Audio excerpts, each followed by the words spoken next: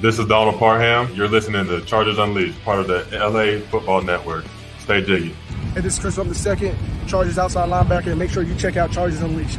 Shout out to Chargers Unleashed, Sebastian Joseph Day, you know the vibes, we outside. Are you checking in with Mike Williams from the LA Chargers, and you're tuning into the Chargers Unleashed? You're listening to the Chargers Unleashed podcast with your host, Dan Wolkenstein and Jake Hefner.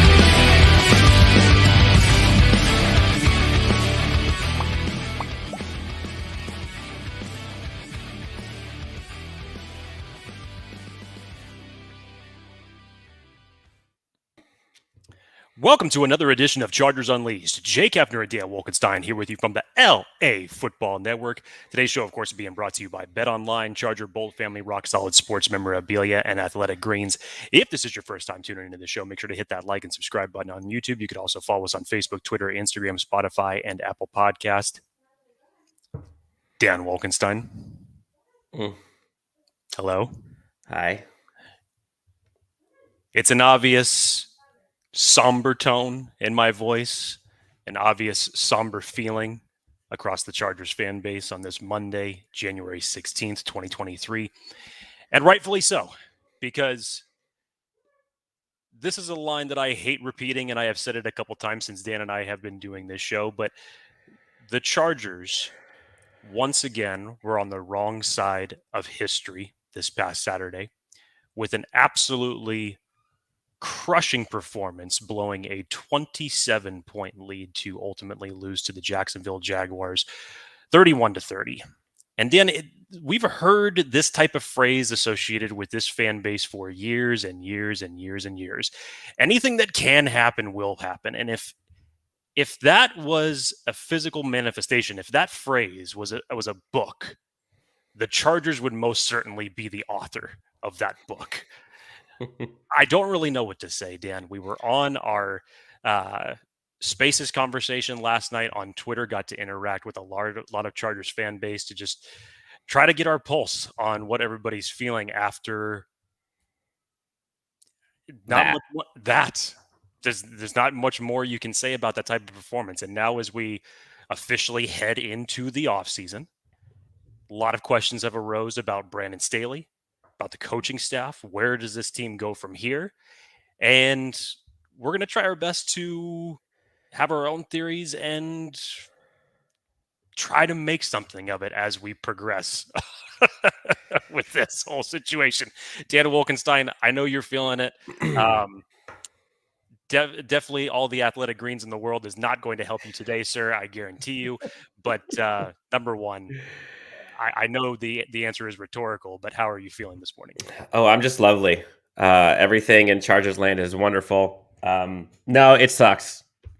I tend to be the optimist. I tend to be looking at the positives in many things in life, including the Chargers. And there's lots to be positive about, but in reality, the Chargers season is now over. And we are on to 2023. And there's lots to be upset about. Frustrations are everywhere from everyone, both in-house as well as from fans and pundits and national, local media. This is a live show. So you guys know what to do. Obviously, first, hit that like and subscribe button. Leave comments, questions, topics in the chat here, and we'll go ahead and discuss them. We want to kind of give folks the ability to vent and take part in this healing process with us. The goal of this conversation that we're all going to have together here this morning, actually not technically this afternoon, high noon. What's next for the Los Angeles Chargers? We'll talk a little bit about the game, but that will kind of get sprinkled into what's next and what's needed for this team. So first and foremost, we're in this together. Saturday night sucked. Most of us didn't sleep. Lots of profanity, lots of drinking, lots of hangovers the next day. But we've made it to Monday. We'll probably find out some news. So we're going to talk about it. We're going to talk about head coaching. What should they do? Coordinators, what should we do? What do we need to see next year in the season? What do we need to see in the offseason? Talk maybe a little bit of draft stuff. Who are some candidates to look for on this staff? What do they need to do to fix it? And of course, questions, topics everybody has. So, Jake,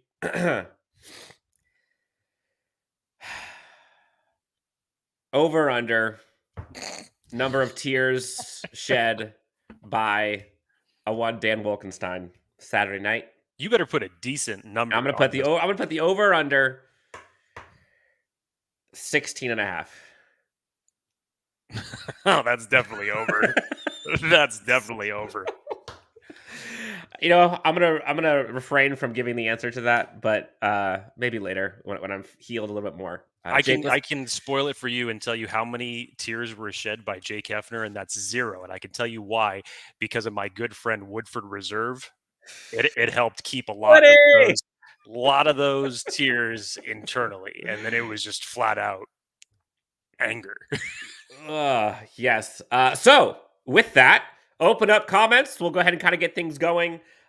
We will bring on the good and the bad of these comments. So we're not hiding away. We're not shying away from conversations that people want to have. Jake, before we get into comments, let's talk about our friends over at Bet Online. Well, we want to remind everybody that Bet Online remains your number one source for all of your sports betting needs this season. You'll always find the latest odds, team matchup info, player news, and game trends over at Bet Online. And as your continued source for all sports wagering information, Bet Online features live betting, free contests, and giveaways all season long. Always the fastest and easiest way to bet on all of your favorite sports and events, whether that's NFL, NBA, NHL, MMA, tennis, boxing, or even golf. So head on over to betonline.ag and join and receive your 50% welcome bonus with your first deposit. And make sure to use that promo code BELIEVE, that's BLEAV, to receive your rewards. Bet Online, where the game starts. Well, Jake, fans, listeners, viewers, let's just start right off the top. Cam Schuster. Shout out to San Diego Padres, by the way, who are looking pretty good. Fire everything and everyone. 3 exclamation points, all caps. Dan, you know that you sometimes you hear this, like whether you're in school or whatnot, and somebody says, hey, I have a stupid question, and then someone would say there are no stupid questions. There are no limitations on the feelings of what people can say right now, because I fully get it.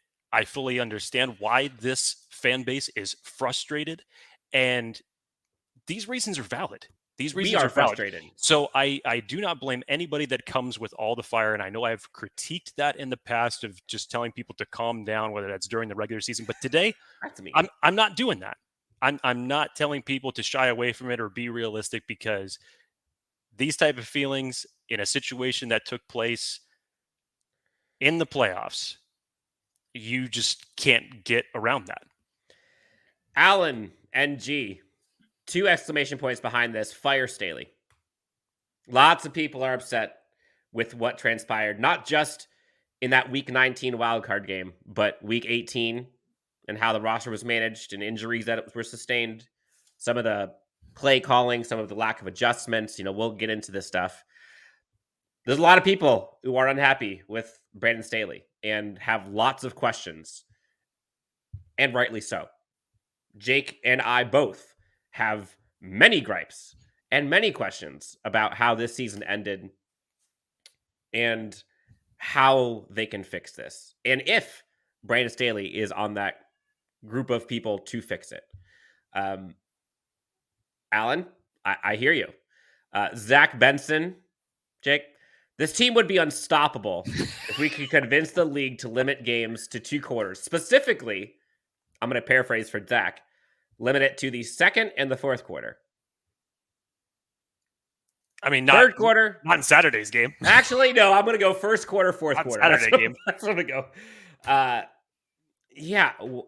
One of the biggest gripes, Jake, that I think we both have, and you've talked about it ad nauseum, is the blatant and obvious lack of consistency on this team in all phases, except probably special teams.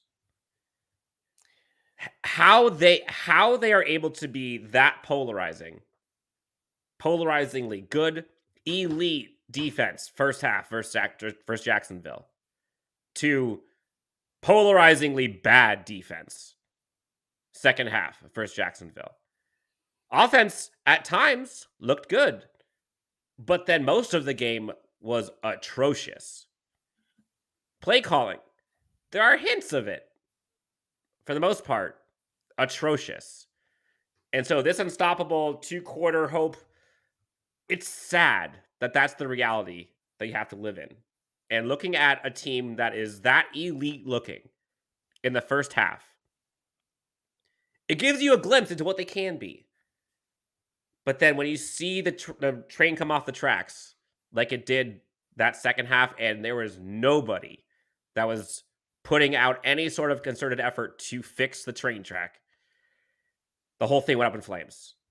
That's, I think, what is so frustrating, is the bystanders seemingly on the team who just watched the train crash. Dan, that's been one of my biggest gripes with this Staley / Lombardi system that has gone into play throughout this entire season. And I've told you several personal conversations that we've had offline. When it came to either a close win or an inexcusable loss, my question always reverted back to the same phrase: based off of what you're watching and where the Chargers stand, whether that was after a win or a loss, my same question was, where has the consistency been, and do you trust them to right the ship? Now, eventually, over this last month during their 4-game winning streak, even in a loss to Denver, I thought that certain things that they were doing offensively, getting ready for the playoffs, looked better. Obviously, defense for those 4-game stretch that they won just came back with a huge resurgence, helped get them to the playoffs in the first place. So you started to think, okay, we're starting to get some of these other players rather than relying on the household name big time players to win us games. You're getting more out of the rest of your unit, starting to put things together. The offense the last 2 weeks of the season, I thought the game plan looked a lot better just in terms of their balance between running the ball, passing the ball. It looked more efficient, and gearing up for playoffs, I felt that that's what they needed to do. Now, you just chose the absolutely inexplicably wrong time to go back to your old ways, and the things that have hindered this team throughout the regular season, the things that have raised questions about this coaching staff all season. I don't understand the logic of how you can just move away from things that are working so emphatically. Dan, it's not just on defense, it's on offense as well. How you go from the coverage that you were running in Jacksonville in the first half to continue to run the same exact coverage on essentially almost every single scoring series that Jacksonville had to make to get themselves back into that game. You were playing to protect the lead at that point. You weren't playing to win the game. And that's not what you do in the playoffs. That's not what you do. And then flip it to the offensive side of the ball. You know, you still get the ball back. Jacksonville just wasn't getting back-to-back possessions and keeping the ball. How there was more incompletions than rushing attempts in the second half with the 20-point lead. I do not understand that whatsoever. You take out one of your most versatile weapons of this offense in Austin Ekeler. Now, I've said this. The Chargers, despite the great stats that Austin Ekeler put up this season, they're not a really good running team. They haven't been that. Other than maybe certain games, you look at the Rams game, you look at the Cleveland game, they've done it in spurts. But how you're not utilizing Austin Ekeler even in the pass game?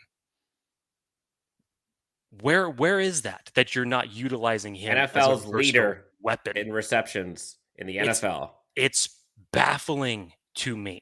38 touchdowns over 2 years. And it's inexcusable how that does not happen at that point in the game when you have that big of a lead. So there are so many questions and things that are really just, you could totally say unforgivable for situations like this. For a handful of coaches, you lose a game like this, you're out. You're out. So I don't understand how we got from here to there throughout one half of football to the second half of football, but it is just a shame that it wasn't like this just popped up. And I think that this is why Chargers fans are so frustrated, is because we have seen these little tea leaves throughout the regular season here and there. And then everything just came together in the most disgusting Christmas package that we can imagine and shoved in our face for all the world to see. And there's lots of ramifications from this. Chargers Boys comes in with a question. Should we be concerned that if this doesn't turn around, Herbert might not want to sign an extension with his team? I'm afraid about how this is affecting him personally, or mentally, excuse me. You heard and saw some post-game discussions with Justin.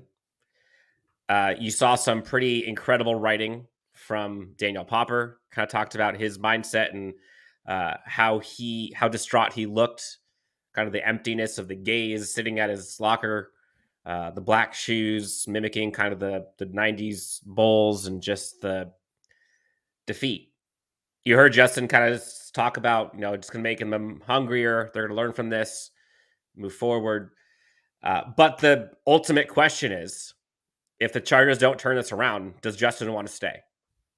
Now, Jake, I know people are upset and people are, they're going to extremes. Justin's staying.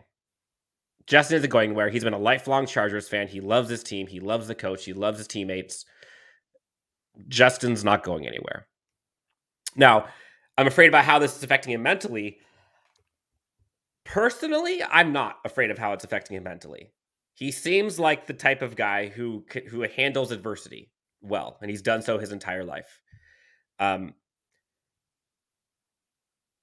think the part that is concerning and unfortunate is they've had 3 years of stellar Justin Herbert on a rookie deal, and they have 1 playoff appearance and 0 playoff wins to show for it. At minimum, you want to give him experience, and you want to get him as far as you can. You look at what happened with Joe Burrow. You look at what happened with Patrick Mahomes, how quickly they rose. You look at Lamar Jackson, how quickly they went up. Justin has all the stats, all the intangibles, all the visuals, all the highlights, all of the it factor. Yet this team isn't there.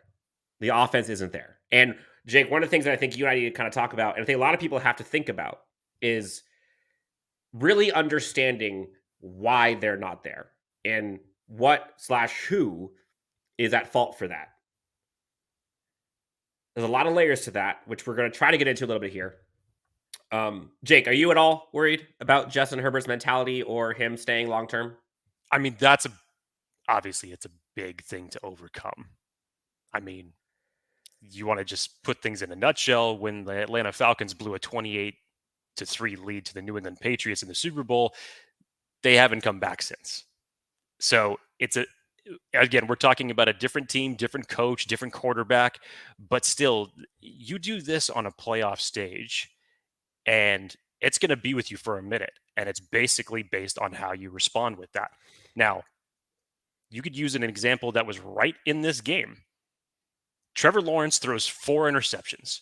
Jaguars turned the ball over 5 times in the first half.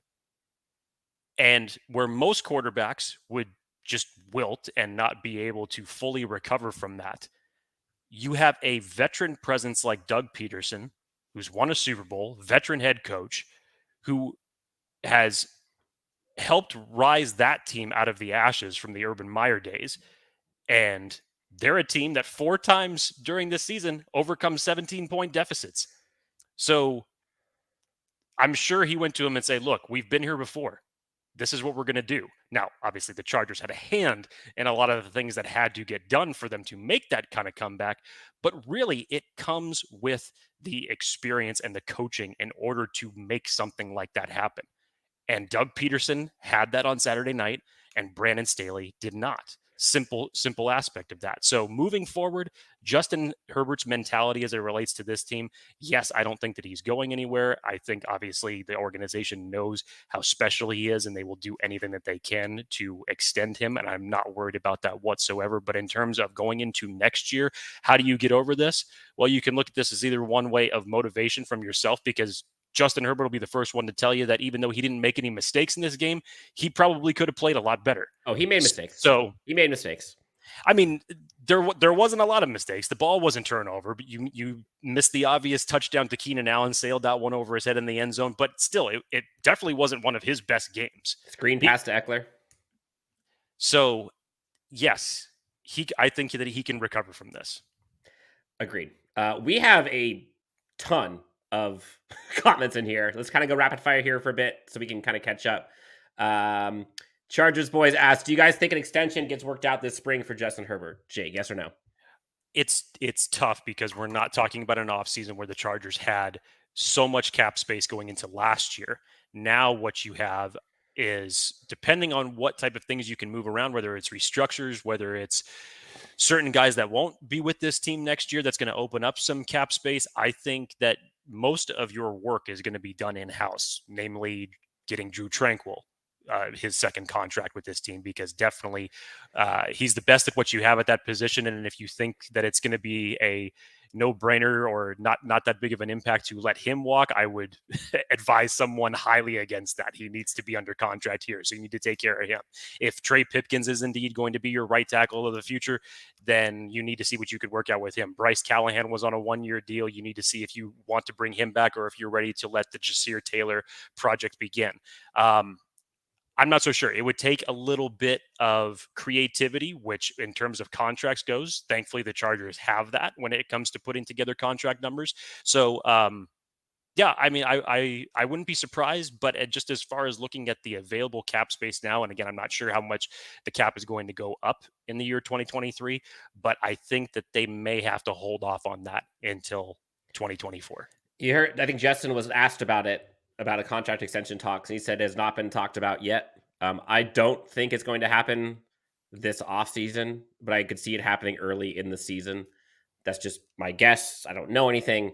That's my guess. All right, Jake, rapid fire. We'll go quickly here just to catch up. Orlando Ornelas asks, this is right up your alley, Jake. What position makes sense for our first round draft pick? I would really love for us to go wide receiver, but definitely wouldn't mind seeing us go interior defensive line or free safety. Jake, what makes sense for a first round draft pick? I mean, all three of these options have to be targets for the Chargers in the draft. My philosophy is this should be the question when the Chargers are making their draft picks is one of these picks either giving my offense another weapon, or is one of these picks helping to stop Patrick Mahomes and the Kansas City Chiefs? Those are the only two questions that really should relate to any pick that the Chargers select. So out of these three, as far as the conversation goes, normally safeties are not highly coveted in the first round. So I would probably say that would eliminate that one. But I definitely think that safety is going to be a target of theirs. I think unfortunately Nasir Adderley has played his last snap for the Chargers. Unfortunately, he just hasn't been able to put it together. When Alohi Gilman is finally getting starting games over him when it's not injury related, I think that kind of gives you a little bit of writing on the wall. Wide receiver, we all expected the Chargers to go out and get a speed option for them last year, and it didn't happen. And you see the lack of options at receiver that they failed to invest in throughout the season, even when they had injuries, and how that hampered him. So wide receiver, depending on where they're picking, I mean, today, I guess based on the outcome of the game goes, the Chargers could be selecting at either 20th or 21st. It's not the traditional type of wide receiver draft with like three big name guys that any one of them could be the first wide receiver drafted first off the board, but it definitely has some good elements as it relates to what the Chargers need, and that's speed. So yes, I definitely could see that as a target. And me personally, I think that you need to reload the interior defensive line. You let Jerry Tillery walk after the first round bust that he ended up being. You're going to obviously have Sebastian Joseph Day back. Austin Johnson's going to come back from injury. You're going to have Tito Agbanigba, who is your draft pick selection this year. And you're going to have Fehoko in there, who was finally gotten his starting opportunity. But I think you need to invest in that once more, given the fact that your rush defense was just absolutely so porous this year. Chris de Guzman, this one hurts a lot. We got Wes Kine. We could have the best driver and fastest car, but we don't have the pit crew to win. That's a pretty good analogy. Chris chimes in. It's our offensive line. We can't block for the run game. Super A Mac Rap. If you fire everyone, what coach would actually want to come knowing Staley is on the hot seat? East lost Chargers. Staley needs more experience, especially with game time adjustments. Lots here. Maybe Jake, I think we should probably get into, probably the elephant in the room here. Eternity asks, what's next? Not Lombardi, that's for sure. Jake, Joe Lombardi can't be on this team next year. Agreed? 100%. I cannot imagine a world in which the front office players can look themselves in the mirror and see what has transpired this season and say that he is our future. And he makes Justin Herbert better. No. And he makes his offense better. And he is creative. And he is efficient. And he sustains drives. And his offense scores points. There is no world where you have arguably a top 5 quarterback who is number 2 in passing yards. Cool. But you can't score 20. That makes no sense. No. That's scheme. That is coaching all day long. So I agree. Lombardi should not be out on this team next year. No, and truthfully, this is where I think it's going to go. Ultimately, I think Brandon Staley will be retained. I'm saying what the organization technically will do, given the history that we know of the leniency, quote unquote, that they give to their head coaches. You see how long they stuck with Norv Turner, Mike McCoy, Anthony Lynn. And I think that there is a genuine connection between Tom Telesco and Brandon Staley that they have put up. I will say this, as far as priorities in the draft and what they have done to ultimately help protect Justin Herbert. Again, first couple rounds are pretty damn good. It's once we hit the dreaded round 3 that everything starts going off the rails. But so in terms of that relationship, and especially what Brandon Staley has built chemistry with the team, I think that is strong. Now, doesn't mean that he's not going to be on a short leash moving forward if that's the case, but 100% Joe Lombardi should not be the offensive coordinator of this team next year. So what do you possibly look at? You can look internally of people that are already on this staff, i.e. a Shane Day, who's currently the quarterback's coach. You could possibly promote him to offensive coordinator, given his familiarity with Justin Herbert. People talking about in the comments just a second ago, as far as Staley needs experienced head coaches with game time adjustments and a good offensive scheme. Well, here's a couple. How about Frank Reich, who I don't believe deserved to be fired from his Indianapolis coach job in the first place, and obviously has a history with the Chargers, spent some good time of his career on the Philadelphia Eagles as their OC. And I think if you brought him back, and given what he has proven that he can do with an offensive unit, I think that would be a nice veteran presence that Staley could use. Another one would be Pep Hamilton. We know his familiarity with Justin Herbert going back to 2020 when he was the quarterback's coach of this team. I would not hate that one at all. Other ones that possibly Staley would have a connection with, because we know when he builds his coaching staff that he looks for a lot of different connections. So let's go back to the Rams for just a second. Zach Robinson, who's currently their quarterback passing game coordinator. He coached with Staley as when they were on the team together in 2020. And his system runs more of a traditional West Coast style offense that I think that this team needs to bring itself back to, especially with Justin Herbert. So couple names, nothing, not saying any type of outside or inside information or anything like that. It's just trying to connect the tea leaves as far as familiarity or veteran type coaches as far as the offensive coordinator goes. And I have a list of defensive coordinators as well, but we can get into that later. Chris B says, just get an offensive coordinator that can develop Justin Herbert. Go get Brian Johnson from the Eagles. He's from the Sirianni and Steichen offense that Justin thrived under in his rookie year. Great minds think alike. Or bring in Frank Reich. I know there is some connection to there's been talks of the Georgia head coach as well. University of Georgia Bulldogs coach coming over as an offensive coordinator. Maybe take the leap. Not sure. So Jake, okay, we talked about the Joe Lombardi stuff. Everyone else, not everyone, but there's a large portion who talk about fire Brandon Staley, hire Sean Payton. I think we need to kind of just grab on this conversation for a bit and get real for a second. You know what, Jake, I'll let you start this one off. I would say to anybody who wants Sean Payton, I understand your reasons. And I'm not saying that it's wrong for you to think like that whatsoever. I understand why, given your feelings towards Staley as it stands right now. But you do have to look at it from an organizational standpoint. I truly don't think that money would be the biggest hurdle for them if that was the only hurdle for them to get over with Sean Payton. Draft pick compensation, because his rights are still technically owned by the Saints right now, and they will want compensation to get his rights pulled away from him. I think they just came out saying that they wanted like some, I don't know, mid to Oh, late first round pick. It will be more than just one pick that they will covet, and personally, I think that will take to get him. And the third one that I think is actually the most pertinent aspect of this, and if by the way, if you guys have looked at Jim Trotter's tweet thread in the last 24 hours, Friend of the show. It's many bullet points on why this won't happen. But I think the one that was the most striking was the need for control that Sean Payton will command. And traditionally, the Chargers are not a team that's going to give up that much control, unfortunately. Now, I will say this. If the Chargers were to throw a curveball and Tom Telesco was let go, then you could really start pricking up your ears to the idea of Sean Payton. Me personally, I think that Tom Telesco and Brandon Staley are linked, which is why I don't expect Tom Telesco to be let go. But if that was the case, and just to clarify, they're linked in terms of if Telesco goes, so does Staley. If Staley goes, so does Telesco. Is that what you mean?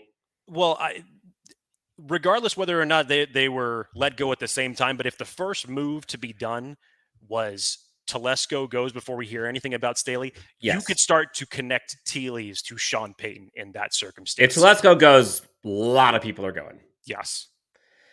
So let's kind of peel this one back a little bit. So first off, should Brandon Staley get fired? A lot of people are upset, and rightly so. There were mistakes that had been unfortunately seen throughout the year. There are some decisions that were, let's just call it questionable or wrong. There's kind of the roster management discussion that people have with like who's starting over who. Why do we only have 4 receivers? Why do we have 3 quarterbacks? Why is Hoka? All that stuff. There's the health management, if you will, both messaging of when players are going to get healthy. That was confusing.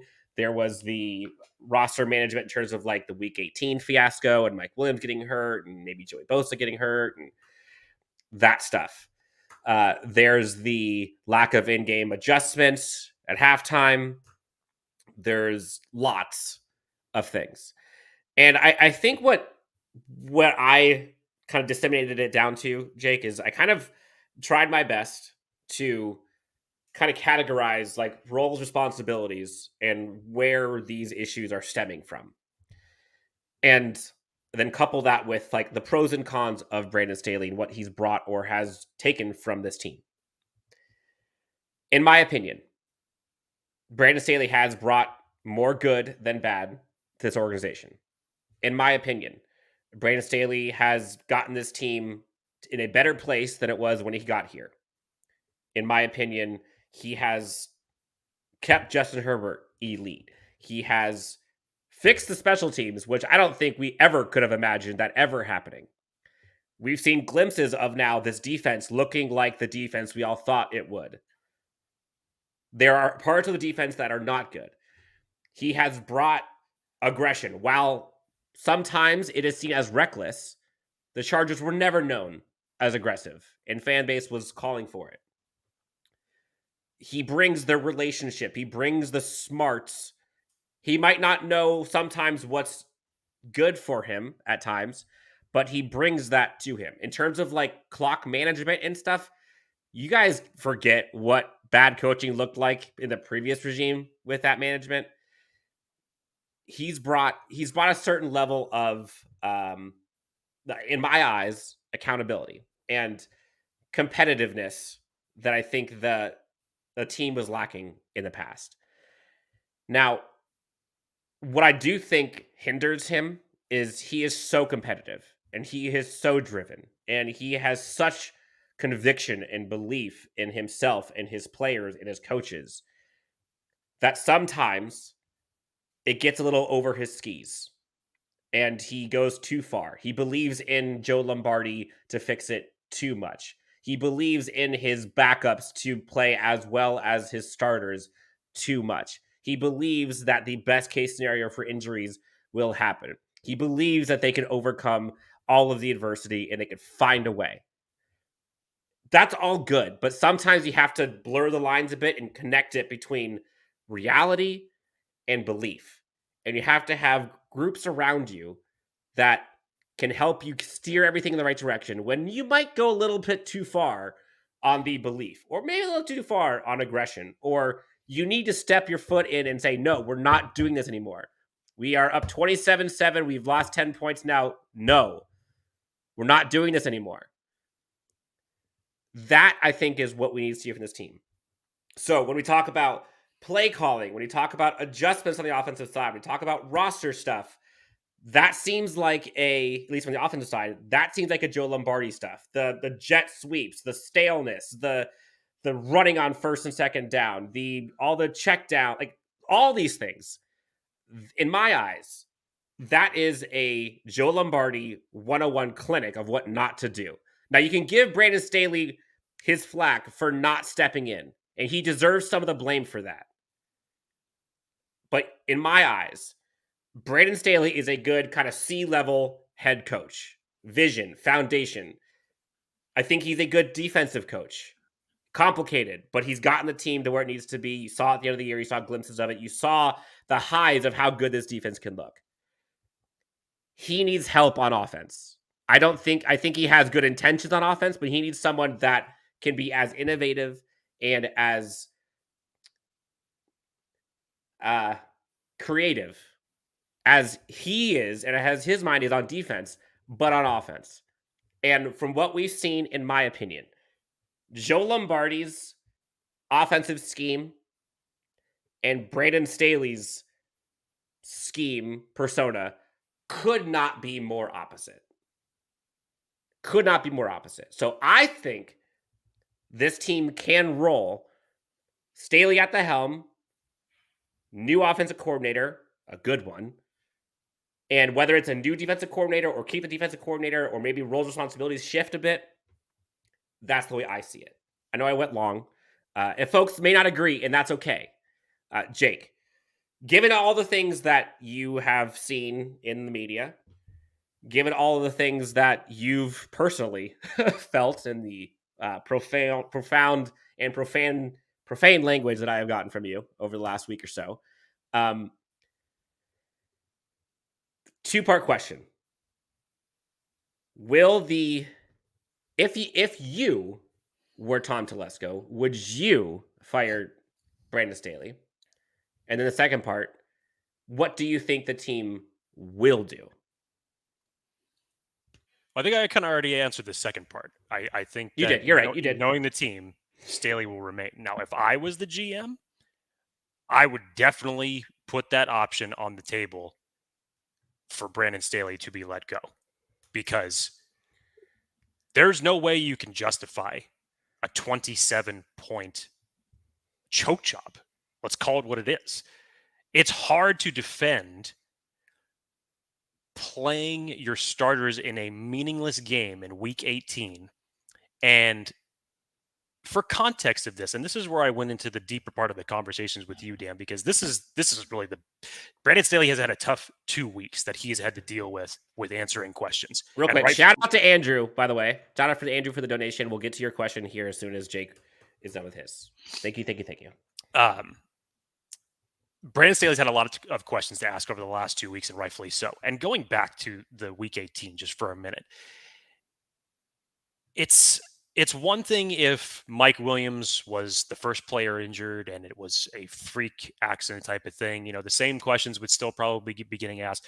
But it was the fact that 2 players went down before Mike Williams did. Kenneth Murray and Joey Bosa went out of the game. And even after Mike Williams went down, you still kept your players in through the third quarter before you began pulling starters. Now, Dan, on the flip side of things, that same week, we saw Tom Brady get pulled. He wasn't happy about it, but it was a coach's decision. Whatever. You look at Brian Daboll with the New York Giants. He held out his quarterback, his running back, and a handful of other players in that final game of the season that didn't mean anything. They went off. And this is where I wanted to get to that point, because some people believe the whole aspects of, because you and I were of the same opinion to say, okay, week 18, you play your starters a couple series, then get them out of there. When you have to ask the question, because that whole lore, I guess, of like, do you want your players going in cold in the playoffs and them taking that week off? Well, you know whose responsibility it is to get them ready for that next game if they are sitting in a meaningless game of the season? It's the coach's responsibility.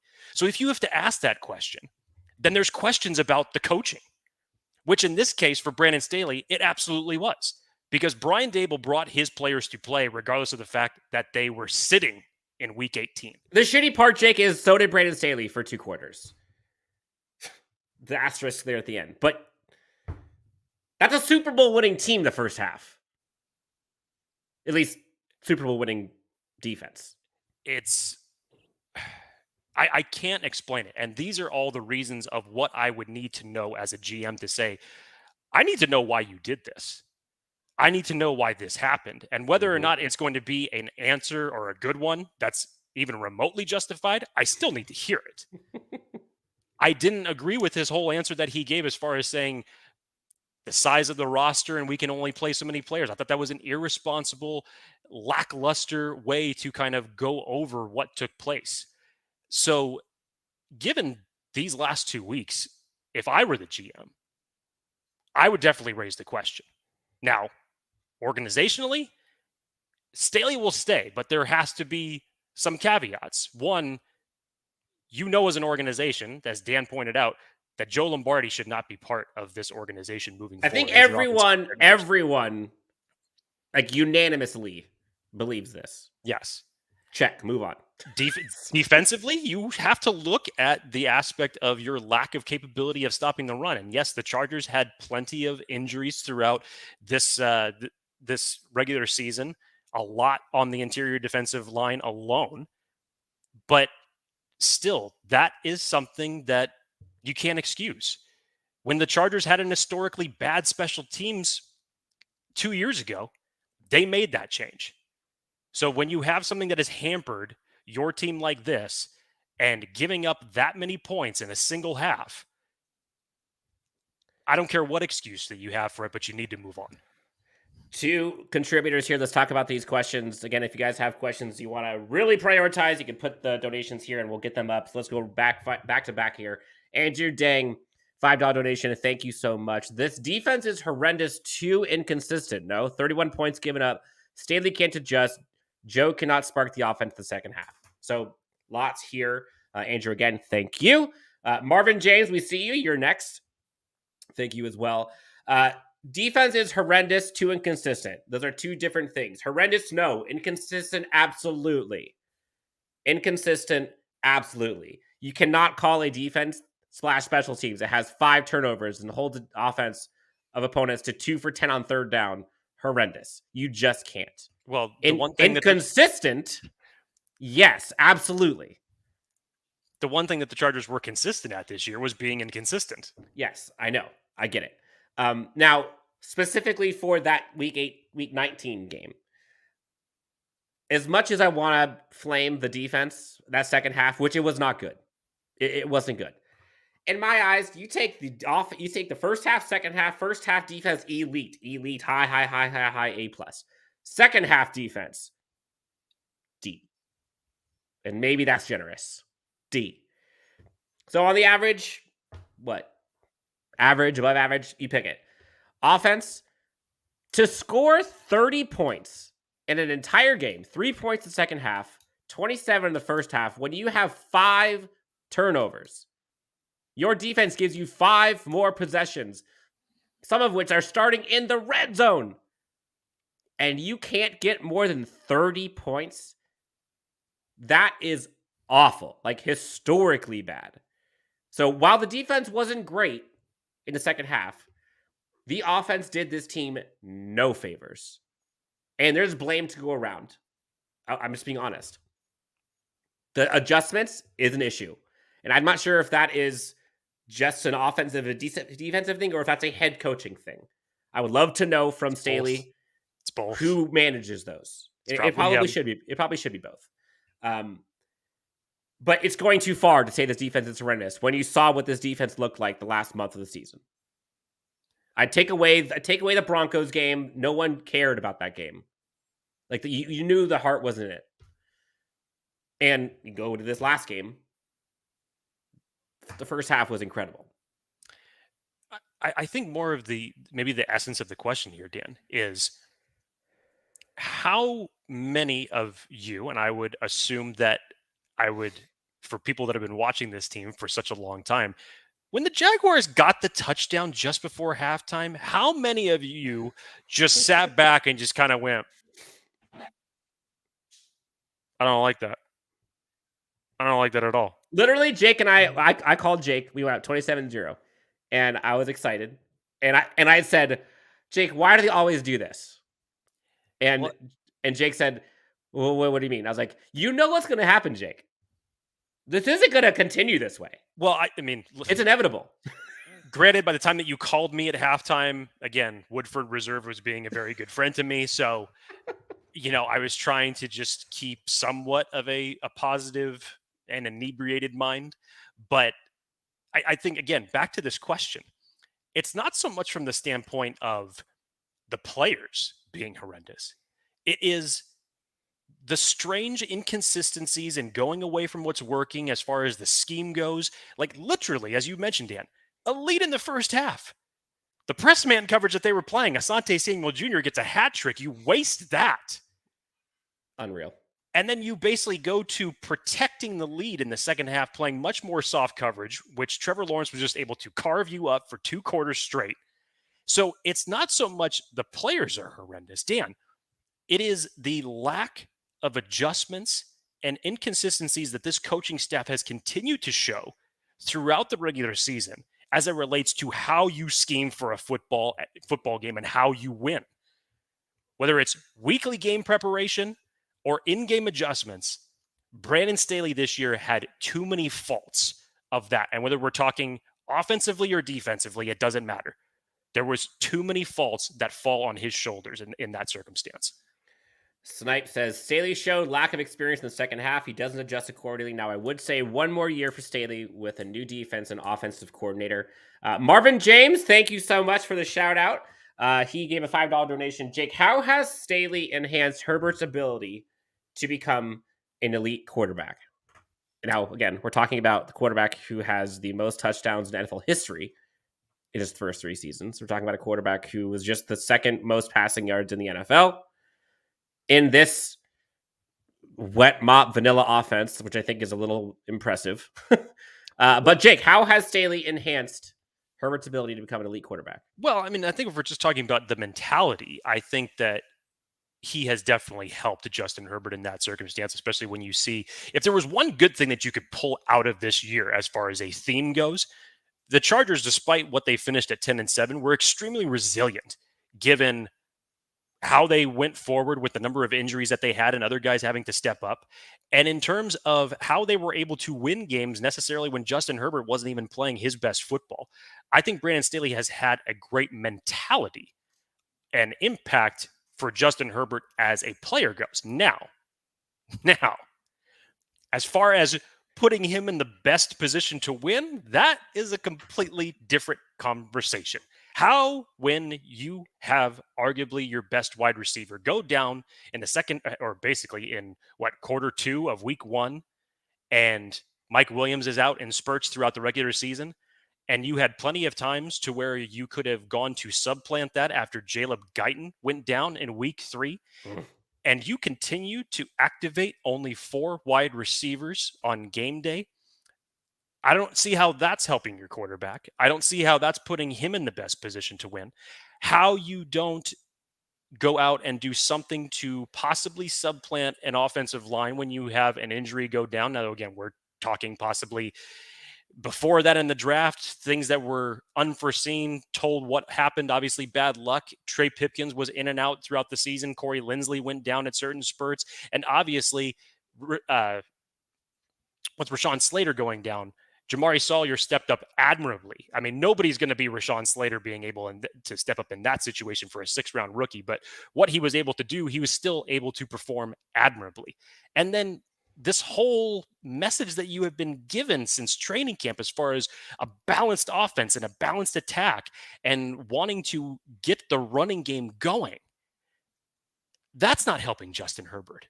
So which is why I say moving into this next season, whether it's related to draft picks or free agency signing or whatever it is, there's 2 questions that you need to ask yourself. Is what the Chargers are doing as it relates to player personnel either helping Justin Herbert or helping defeat Patrick Mahomes? And that's all the 2 questions that you really need to ask yourself. And if they don't apply, then raise a question about it. Jake, there's a funny $5 donation from, well, technically $4.99 from Capil. I think this was everyone. My sister texted me, and is this even a game at halftime? I proceeded to ghost her for the rest of the game. I already knew. We knew. In our gut, we knew. And Dan, why did we know? Because we've seen these things pop up all throughout the regular season. Yep. Says James. Ernest agrees. I did too. Chris, me, everyone. The real young facts. Jake, someone's asking what's wrong with me I'm assuming this is in my Staley discussion point. I'm trying to look at this factually. I'm trying to look at this objectively with all of what we know right now. You can disagree with me. That's okay. That's why we're here. Let's get to some of these comments here, Jake. Someone asked, why haven't we fired Joe Lombardi yet? BT says, fire Joe Lombardi. 3 periods. I was at the gym at 7 a.m. this morning, and I must have seen 3 tweets that had come, I don't know, maybe 15 minutes before I even looked at it. And people were saying, it's such and such in the morning. Why isn't Joe Lombardi off this team yet? So listen, just there's no way that it can proceed in 2023. Just know that. I would assume that any coaching changes that are going to happen with this team are going to come down this week. So I understand we're emotional. I understand we're upset. But be patient. Try not to worry. Dane Peterson, I swear this is just Jake Hefner. First video I've loaded since the loss. I've never been this bummed. I've been mad, sad, but this is just a different feeling. Not once did I feel confident. My family thinks I'm negative. No, a realist. Thank you, Dane. Manuel says, still can't get over this loss. Let's see. Athir says, I have noticed a lot of people giving my coach a lot of craps. Let's say they clean house and go get Peyton and they go 10-7, miss the playoffs. Are they going to go do that? Are they going to then go do that to Sean Payton? It's a lot of what ifs. Something I did want to discuss in the, let's say they do decide to fire him and why I think they are probably not going to. When you have a young quarterback that is this good, who has had a history of this lack of consistency in his coaching staff for the better part of his entire college and pro career, firing Staley now just starts that clock again.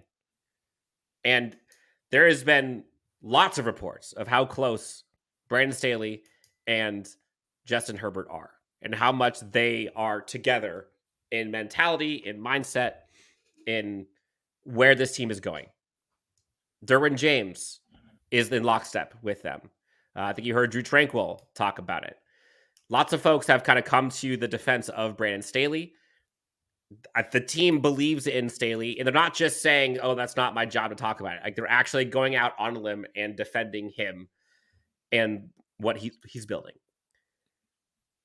I don't think going to another new scheme, another new coaching staff, all again, is good for Justin Herbert. Could he overcome it? Sure. Has he done it in the past? Yes. I just don't know if that's best for him. I again, personally, I don't. Toxic kids, Jake. Lombardi should be fired. Defensive coordinator should be fired. But the Spanos care too much about the first round streak to get Sean. I agree with you, Jake. I think it's less about the first round pick. I think it's more about relinquishing control. Control. That is the biggest hurdle to overcome. And if we know things about the Spanoses, it's basically run the same way as Jerry Jones runs the Cowboys. He's not going to have anybody that's going to want or command control in his teams. That's why they hire, so what do you call it? Yes man. I believe that's why Norv Turner was the next coach following Marty Schottenheimer, given the diverse personalities that they were. And to Norv Turner's lucky credit, he inherited a great team that was able to make a couple playoff runs at that point in time. But Mike McCoy followed that. You can follow the tea leaves here as far as how they operate as an organization. Its control is the biggest factor that I don't think that they will relinquish to Sean Payton, and Sean Payton will command it. BT says worst offensive scheme in the league, and it's holding Herbert's Hall of Fame caliber talent back. No argument. No. I'm not going to shy away from it. Base or bass mover, not sure. Let's go Jags. Saw some Duval in here, which I still find so stupid. I don't know what the Duval thing is. But hey, props to you guys. Good luck next round. Come back to me after that Kansas City game. But you guys had a hell of a run. Let's go Jags. Yeah, let's go Jags. I'm rooting for him. Honestly, Seriously. Doug Peterson, like, props. You showed what a great coach can do for an organization in just 1 year. Going from Urban Meyer to that, like... Let's just say that it was an example of how Brandon Staley should have coached. Let's say that. Yep. Kevin Koenig says, imagine this team. Let's go a little rapid style here for a second, Jake. Let's kind of try to keep up. Imagine this team without Fehoko, who we barely were able to keep out of camp. Insanity. Jake and I, we talked about this on our Spaces thing last night. What it took for Fehoko to finally get a spot on this active roster is asinine. Now, we've heard that Brandon Staley doesn't want to meddle or step on feet of his coordinators. I don't know whose responsibility it is for like roster moves on each side of the ball. But that was insane. For as happy as we were about the Jerry Tillery finally moving on, that might be worse. This is probably one of the best examples of the questions that come up when we're talking about personnel and building out this roster. You go back to last year and Brandon Fehoko, statistically, was one of your best run defenders. And then you watch him in training camp and he's picking up right where he left off. And he's even adding some more pass rush juice to his game. And he makes the final cut. He makes the official roster. And then not a short time later, he's basically kicked back to the practice squad for an extended period of time. And it took losing 4 interior defensive linemen, 3 to injury, and 1 by getting cut over a 2-week span in order to get Fehoko back and elevated and part of this team. Consider yourself lucky that he was not picked up by anybody else during that time frame, because he was at least able to save whatever semblance of the interior defensive line that was left for the remainder of the season, and should not even be in question as to being on the roster bubble next year. That is one that I will never, ever be able to wrap my head around. Yes. Jake, we don't get into politics on this show. It is toxic to even start, but this one's funny. Call Joe Lombardi Sleepy Joe because the offense was boring in the second half. But then... I mean, not wrong. I don't think anybody would argue it. I'm just not wrong. Honest. I'm not going to be... I'll be honest. BT, shout out, $4.99 donation. Thank you so much. Comments, Lombardi's offense has been horrible all season, and it was only a matter of time before it came back to bite us. Facts. You hope to see improvements. You saw glimpses of it for a few weeks towards the end of the season. But we had Austin Eckler on the show, and I had joked with him, like, are we going to see a completely new offense come playoff time? The guy's just going to flip a switch. And in short, paraphrasing, he's like, no, like, we are who we are. And that's who they are. again, if I'm going to look at any semblance of what I liked about the offense going into the playoffs, you look at the Rams game, and even in a loss, you look at how the offense was operating in the Broncos game. If it wasn't for 3 unfortunate turnovers, i.e., the Austin Eckler fumble, the DeAndre Carter fumble, and the incompletion to Gerald Everett, which would have kept that drive alive and going, Herbert was having a fantastic game and probably could have put more points up on the board. But I liked what I saw from the offense. Completely different from what you saw the 2 weeks prior in the Indianapolis Colts and the Tennessee Titans game. So I needed to see some semblance of this offense waking back up to gear off for a playoff run. But then it just decided to do the same old thing that we've been worried about all regular season. Toxic Kids. I haven't watched SportsCenter since the loss. I watch it, and the Jags game is getting reviewed. Not gonna lie, Jake, I haven't watched SportsCenter either. It was a little tough for me to watch some of the football games the rest of the weekend. I did watch some, but I didn't watch. I don't think I've watched a single sports commentary on the Chargers loss. Normally, I don't. And especially after a loss like that, I can imagine why nobody would want to hear them talk about why the Chargers are not advancing and how they blew that 27-point lead. But I've listened to it. And honestly, they're not wrong in some of the stuff that they've been saying. It's questions about his future. It brings up questions about what he's done from a coaching standpoint, from a personnel standpoint all season. And they're all valid points. Yep. And everything should fully be on the table right now. Top Boy Mike. I was going to say Top Boy Milk. Dan, look around. We effing only beat one team with a 500 record. Everything must change. If not, trade Herbert. Don't do this to him. Okay, pump the brakes. I get we're frustrated. I get we're upset. I get that they only beat one team with a 500 record. But let's not forget what this team had to overcome to get 10 wins. Dramatic pause here for how much this team had to overcome. Some of it, personal shots, hitting themselves in the own foot, stubbing their own toes. But how many people were not suited up, and how many guys that we saw step up this season to win 10 games? You don't win 10 games by mistake. Period. End of story. You're seeing roster improvements and player development for guys like Fahoga, for guys like Trey Pipkins, for guys like Foster Sorrell, for guys like Jamari Salyer, for guys like Kenneth Murray, Michael Davis, Alohi Gilman, Jazir Taylor, Dean Leonard. So many of these guys are improving. Did we beat great teams this year? Honestly, the Miami game, they didn't look great after that. But going into that game, that was a hot team. They just barely lost to the Bills the week prior. So, as much as we want to say, they can only control so much. You play who's in front of you, and they won 10 of them. Period. A random one, Jake. Haven't heard this name in a minute. J.C. Jackson better show up next year. What are your feelings on J.C. Jackson? What do you expect? What should we expect? I legit don't know.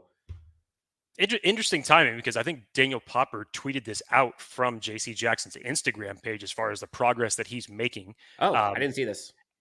However you want to take this as far as his timeline goes, I don't know. He's now on the stationary bike, so he's finally working out. I'm not sure how long that's been going on for, but Daniel Popper had just tweeted that out coincidentally this morning as it relates to J.C. Jackson.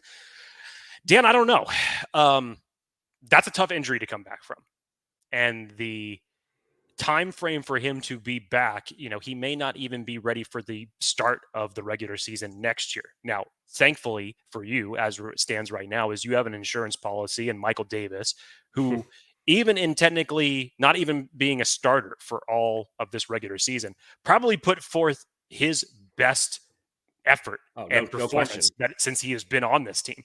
So you still have him to go through this. But I would say this, when J.C. Jackson comes back, do not wait 3 weeks to start implementing more man coverage of what you brought him on this team for. Don't try to change him into a corner that he is not. Allow him, or as I've said for what I would expect Staley and Lombardi to do for Herbert, put him, i.e. J.C. Jackson, put him in the best situation to win. DJ Holiday 9975. So what? I love how you try to justify keeping a coach that has failed 2 years in a row. If I suck at my job, I lose it. So should all of them. Okay, let's get down to brass tacks here. They had 7 wins before Brandon Staley got here. They had 9 wins the year after, 10 wins the year after, playoff appearance in the second year. They have gotten guys like J.C. Jackson. They've gotten guys like Kyle Van Noy. They traded for Khalil Mack. They have brought in Bryce Callahan. They have gotten their offensive line fixed. They brought in Sebastian Joseph Day. They have a scheme now that actually works on defense. They have a quarterback that hasn't regressed, who's now elite top 5.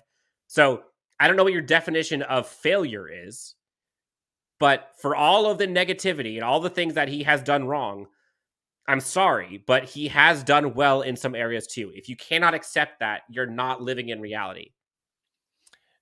Yeah, I think the bare minimum, because all of us expected that the bare minimum for the Chargers on what they had to do this year was make the playoffs. Yes. Now, And again, they did it, but look how they did it. And look who they didn't have to do it. I get it. But now when you see, obviously, unfortunately, what transpired, it's almost like passing a class with a C-. It's like you did just enough. You did just enough to save yourself. So now what are you going to do moving forward? And honestly, for folks who have not seen it, I put like a 10-step plan of what I would like to see from Brandon Staley if he is brought back, which I would like to see him brought back under these circumstances. I don't want to read them off because we don't have time for this, but I have things that I would like to see him do. I want him to take ownership. I want him to be transparent of what went wrong. I want him to have this offense and defense improved. I want him to show us what roles responsibilities look like. I want him to have a top 5 scoring offense next year. No question. They must go into the divisional round. Lots of things. I have the whole thing on Twitter. Go ahead, check it out, and at Dan W Sports. HH4 says Tom Telesco needs to be held accountable for charging. Lots of people need to be held accountable for charging. Jake, let's go rapid fire here for a second. Let's go as many quick answers as we can. Do you think Tom Telesco, Pastelito asks, deserves to keep his job after 11 seasons and 3 playoff appearances and regularly beating teams with poor depth and no speedy wide receiver? Jake, yes or no? It's weird, Dan. It's not quite that black and white to me, because there's things that Tom Telesco has done in the top parts of the draft, especially over the last couple of years, that I thought have been very, very good. But for the love of God, he needs to learn how to draft past round 3. And you just use this year's draft as a microcosm. Yes, you get Zion Johnson, your right guard of the future. You traded away your second round pick for Khalil Mack. And then you get to the dreaded round 3 that we all collectively hold our breath for. And it's JT Woods. Now, is JT Woods, we didn't get the chance to see much of JT Woods, but he didn't contribute to this team. Nor did Isaiah Spiller, who was a 4th round pick. Then you finally get into the 5th and the 6th round pick, where you find Tito Agbanigba, you find Jasir Taylor, you obviously find Jamari Sawyer, who came in great as an insurance policy when Rashawn Slater went down. But Dan, you look, just take for example, I'll give you 2 examples. Number 1, the Kansas City Chiefs are one of the best drafting teams past rounds 1 and 2 in this league. Right up there with the Baltimore Ravens. Look at what the Seattle Seahawks did in this draft alone. Picks 1 through, I think, 5 all ended up being contributors to their team. That is what Tom Telesco needs to find. As I said, 2 questions that need to be asked as it relates to any draft picks that are taken. Is this helping Justin Herbert, or is it helping defeat Patrick Mahomes? And I understand this essentially 10 years that Tom Telesco has been here, lack of playoff appearances to show for it, what little there are, and questionable draft picks and not building up the necessary depth. I get it, and it's all warranted.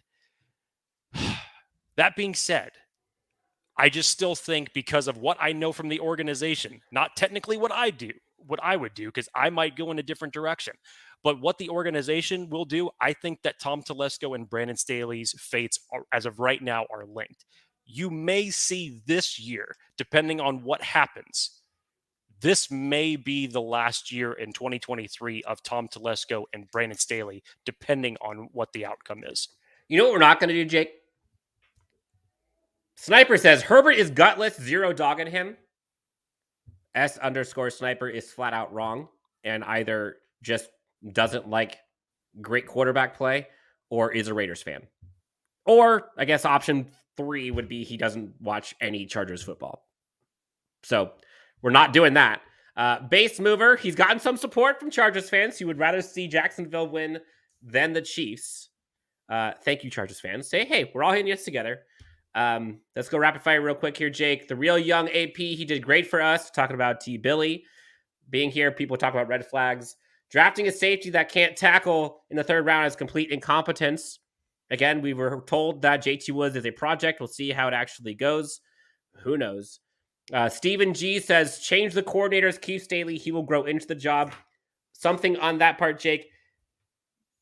Brandon Staley is now going into his 3rd year as a head coach. To expect him to be as good as coaches like Bill Belichick, Mike Tomlin, Andy Reid, hell, Doug Peterson, Super Bowl winning coach. Is he as good as them right now? All around? No. Probably not. Probably not. So how do you supplant that, Dan? When you don't have a coaching tenure like that, you put guys that are more experienced around you. Yes. Now, I'll dig into this real quick, Dan, because I know we talked about the potential offensive coordinators that could ultimately end up replacing Joe Lombardi earlier in this show. Let's flip it over to the defense for just 1 second. I know one of the biggest names that we have talked about on this show as far as possibly coming on board to this unit is Vic Fangio. I think that'd be a fantastic hire given the relationship that him and Brandon Staley would have. I know we've heard rumblings that Sean Payton wants Vic Fangio as his defensive coordinator wherever he goes. If that ended up being Denver, I don't know if Vic Fangio would want to go back to the old team that he ultimately got fired from, but that's a different story for a different day. Internally, could you promote Jay Rodgers, promoted from the interior defensive line to DC coordinator? I could see that if you're just talking about staying in-house and some familiarity. Other ones that maybe he has some connections with, Dan?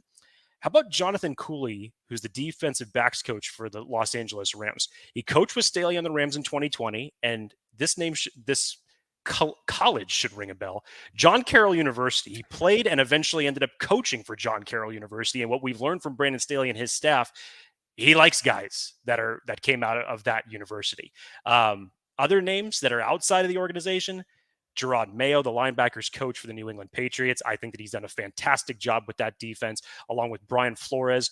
You have that experience with him as a former head coach and what he's done for that linebackers position there and the Pittsburgh Steelers. And another one, Dan, Eric Washington of the Buffalo Bills, senior defensive assistant, defensive line coach, has a great track record and as far as reputation goes of developing young players for what he's done there over the last couple of years. Lots of names there. Dexter, I'm still not over the lost hangover. We are kind of wrapping up here, guys, gals. For those who are first-time watchers, listeners, do us a favor. Take 10 seconds right now. I don't know if you're listening, watching. Just take 10 seconds. Hit the like button. Hit the subscribe button. Helps us out a ton. Tells us that we're doing something right or wrong. If you want to hit a thumbs down, whatever. We'll take honesty. We appreciate the turnout here. There's a ton of people here, Jake. This is wild. I cannot keep up with the comments, so I'm going to try to just go like crazy fast. Dexter says didn't watch any of the plays. Dane Peterson says that even the analysts are at a loss. And HB says need a no-nonsense coach to instill the seriousness of the game, not a raw head coach whose decisions that are not excusable. Chargers fired a winning 14-2 coach. This firing would be justified. Now, I push back a little bit on the no-nonsense coach because I don't think Staley is a nonsense coach. He's also not really a raw coach either. He has that in him, but like he's a intellectual dude. So I think it's unfair to say that he doesn't bring seriousness to the game. I think that's too far. But yes, they have fired a 14-2 coach, which I think was a mistake. So who knows? Anything's possible. HH4 says Staley's time has come to a close. I respectfully disagree. Jake, do you agree? I mean, I understand why this is here, Dan, because as you just mentioned, how do you justify the last 2 weeks for Brandon Staley? It's hard. It's a bad look. It's hard to justify that. And as someone has just said, you fired Marty Schottenheimer when he went 14-2 and led you to the number 1 seed being in the playoffs. It's hard to justify that. So like I said, if I was the GM, I would be raising eyebrows and raising questions and saying, what the hell? And I would seriously give it consideration. But what I know from the organization and and I'm not saying like from an insider, but just what you've seen from history tells me that there will have to be changes on the staff as it relates to this next season. Brandon Staley won't be one of them. Zach Benson asks, how does anybody watch Dable or McDaniel and think Staley is the answer? See, this is the question. This is the crux of it in my eyes. Brandon Staley could bring on a offensive-minded guy, i.e. a Mike McDaniel, who he wanted to bring in initially, and could have an offense looking just like this. I think they can have both. They can have Brandon Staley and an offensive coordinator, offensive guru, who can make a quarterback with a third string quarterback in Miami put up 30 points against the Bills. That's where I'm going. I know the offense is a problem. The offense looks awful for how good Justin Herbert is.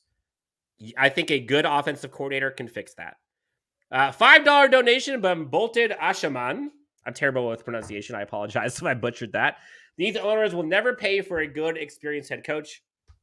Will we ever have new owners? So, two things here. I don't think it's the money that is keeping them from going out and getting Sean Payton.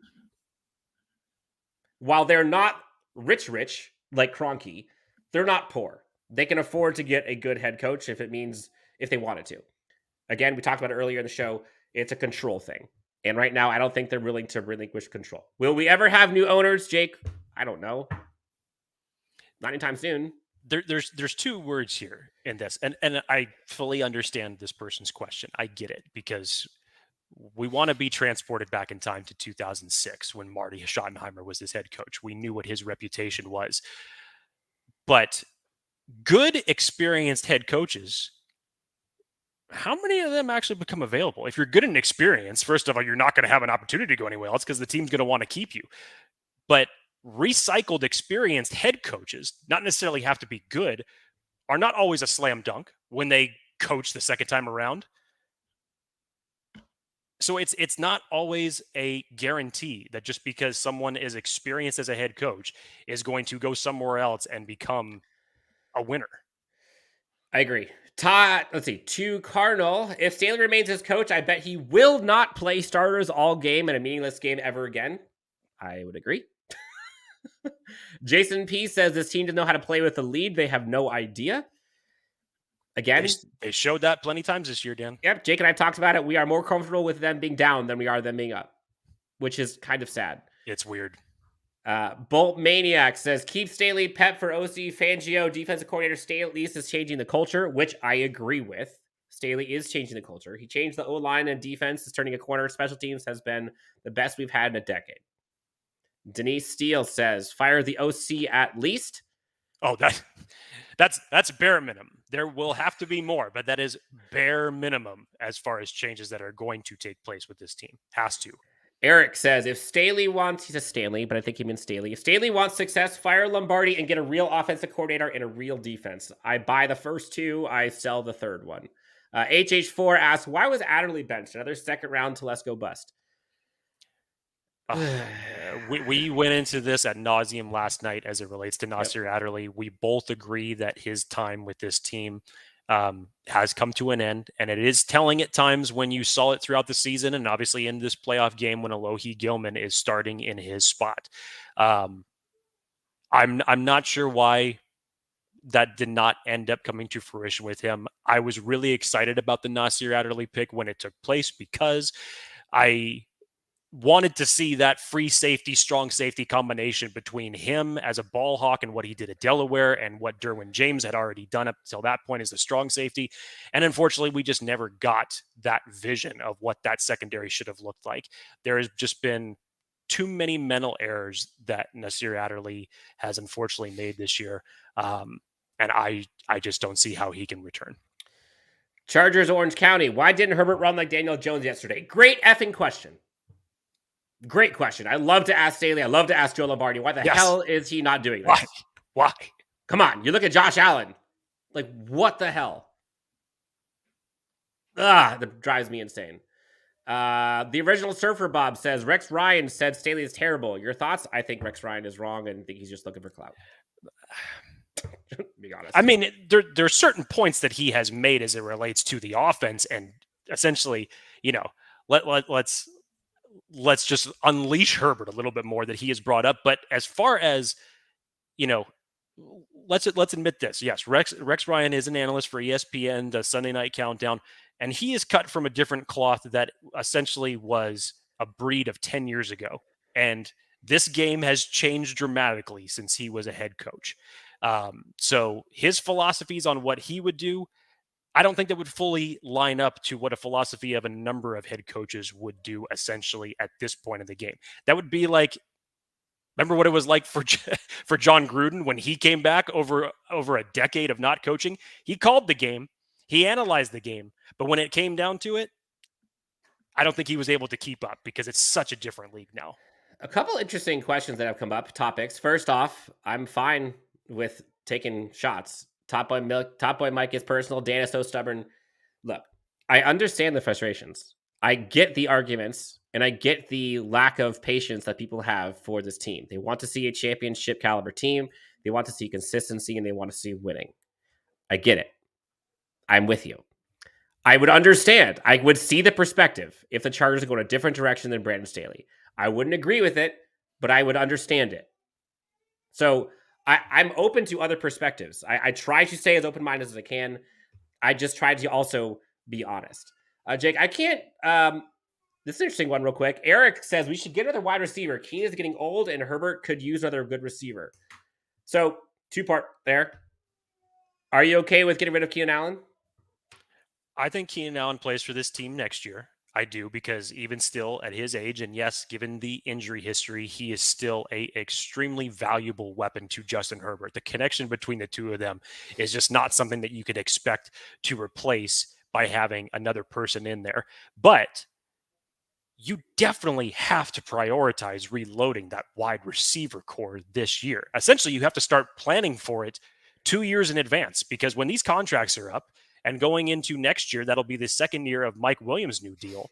You have to start planning for the future. So yes, you have to invest in another wide receiver. And even if that wide receiver ends up being your speed threat and not necessarily a number one to start, you have to target it now to develop him for the long-term future. Yep. Penguin, thank you for the $5 donation. Joe Reed and Hightower should have played or at least test them. Bandy was terrible, and Roundtree had 0 plays, waste of a spot. 0 arguments. This is absolutely 0 arguments. This is another one of those personnel decisions, Dan. After Jalen Guyton went down, John Hightower was signed, I think, that following week. Joe Reed has been with this team. And the best part about it was, I think it was when it was evident that Joe Reed was actually on the scout team mimicking Tyreek Hill. I heard that. I'm like, they were going up against the Dolphins. And we're thinking to ourselves, well, if he's mimicking Tyreek Hill, then what are we doing here? Why are we still having 4 wide receivers active on game day? And I totally understand the aspect from Larry Roundtree being activated from this game. You lose your number 2 wide receiver, and you ultimately end up losing DeAndre Carter. So you're essentially going out with 3 wide receivers for the remainder of that game between Allen, Palmer, and Bandy. And this is doing right by your quarterback? Good Brother says that's coaching. I believe it's in reference to the wide receiver stuff. I agree that's coaching. You should be able to have someone tell you, like, me to do this. Jake, we're wrapping up. This went way longer. I think this is going twice as long as we were expecting, but we needed to go long. We needed to go long. Shit ton of people in here. This is not easy for anyone who supports this team, who wants to see this team succeed. This has not been fun watching the demise last 36 hours or so. But it's important to have perspective. And as the dust settles, I think you'll be able to kind of start focusing on some of the things that went right. Obviously, week 18, week 19 went awfully wrong. And there's lots that need to happen because of it. But there were some good here as well. This isn't me just trying to fluff everyone up, make everybody feel good. But this hurts right now for all of us. Jake, Aaron asked Dan, so do you feel embarrassed backing Staley? No. Not even a little bit. I still back Staley. So thank you for the question. Brad Grennan Jake says Telesco needs to be promoted to unemployment. Al Delgado says Chargers will come back stronger than ever. 2023 can be a pivotal season depending on our offseason. Alex says need to draft better. And that KC nailed the draft last year. Yep. Look, we're all emotional, says Chris. I agree. We're all in this together. Jake, anything else other than please leave us a like, comment, a subscribe on YouTube. Helps out a ton. Got a lot of fun things planned for you guys here. Anything else you want to say to the good friends other than we're sorry? We went out there on the field, but we're with you. We're sorry. Anything else, Jake? Well, the clock starts, Dan. Clock starts on what changes are going to be made. I guess, again, I would still expect and assume that those announcements would come back or come down this week so we can really start diving into who they're going to look to make the changes on this coaching staff. And again, Brandon Staley could still be fired. We don't know this. I'm just going off of assumption and what we believe the organization will do, that he will stay. But from the rest of that coaching staff, definitely changes need to be made, starting with Joe Lombardi being number one. But the clock also starts, Dan, on my favorite time of the year, because regardless of anything that is taking place, obviously right now, and the hurt that we're all feeling, it's time to look towards April 27th and the NFL draft. So I got the invite. We'll be getting into we'll be taking deep dives into that in the weeks to come. But again, thank you guys so much for your support on here. We really appreciate it. We always love interacting with the fans. We're definitely going to be doing the spaces conversations that we did last night more often, because that was a ton of fun last night. Went for an hour and a half long. Loved hearing everybody's thoughts and questions as it relates to this unfortunate Chargers situation that we all find ourselves in. But again, really appreciate the support from everybody here. And we're looking forward to riding this wave along with everybody right now. Gretz Ubaldo asks Jake, when are we having a draft pod? Need some names to check highlight tapes. Oh, don't you worry, Gretz. We are about to go ham. Gretz is just prodding the bear right now, baby. I like it. I like it. Jake, you know what we both need right now? You know it's coming. Athletic Greens is going to help everyone feel better. I promise. It will. No. Do yourself a favor. Go check out Athletic Greens. If you want some gut health, if you want some positivity in your life, if you want to feel better, they have all the vitamins and minerals. Go to athleticgreens.com/Chargers Unleashed. You take 3 scoops of or 3 ice cubes, 1 scoop of the AG1, put it in a shaker, shake it up with some water, and bam, you look like Heidi Klum if you're a woman. You look like Brad Pitt if you're a man. Look at Jake. He looks ripped because of all the AG1 he has. Take it from me. I don't know what tangent you were going on. I know how you take your Athletic Greens. Over the next 48 hours, I might just be taking a scoop of Athletic Greens with a bottle of, Woodford Reserve. Or a beer, as Martin Santos Or a says. beer, whatever it is. And that will put me in a better mood. Yes. So, again, go get AG1 from Athletic Greens. Go to athleticgreens.com/Chargers Unleashed. Tell them that we sent you. I think you get, 5 free travel packs and vitamin D supplement as well if you use that code. For Jake Hefner, you can find him at Jake T. Hefner. Myself, you can find at Dan W Sports. At LAC_Unleashed is where you find us on Twitter, obviously on YouTube, Spotify, and everywhere else you find it. It has been a crazy year. This has been the craziest Charger season I have ever witnessed. And honestly, we're grateful for all of you through the good, through the bad. We've made it this far. We can make it through more. Until next time, let's see what happens with this coaching staff. We'll probably find out in the next coming days. Take it easy. We love you all. Thank you so much for everything you guys have brought to us this season. Can't wait to start the next season with Chargers Unleashed. We out, Jake. We did it. We made it through. No tears were shed on my part. I'm excited. Anything else you want to say? Are we done? We're good, man. We good. All right, guys, gals, thank you for all the comments, all the contributions to this. This has been fun. We'll talk to you next time on Chargers Unleashed.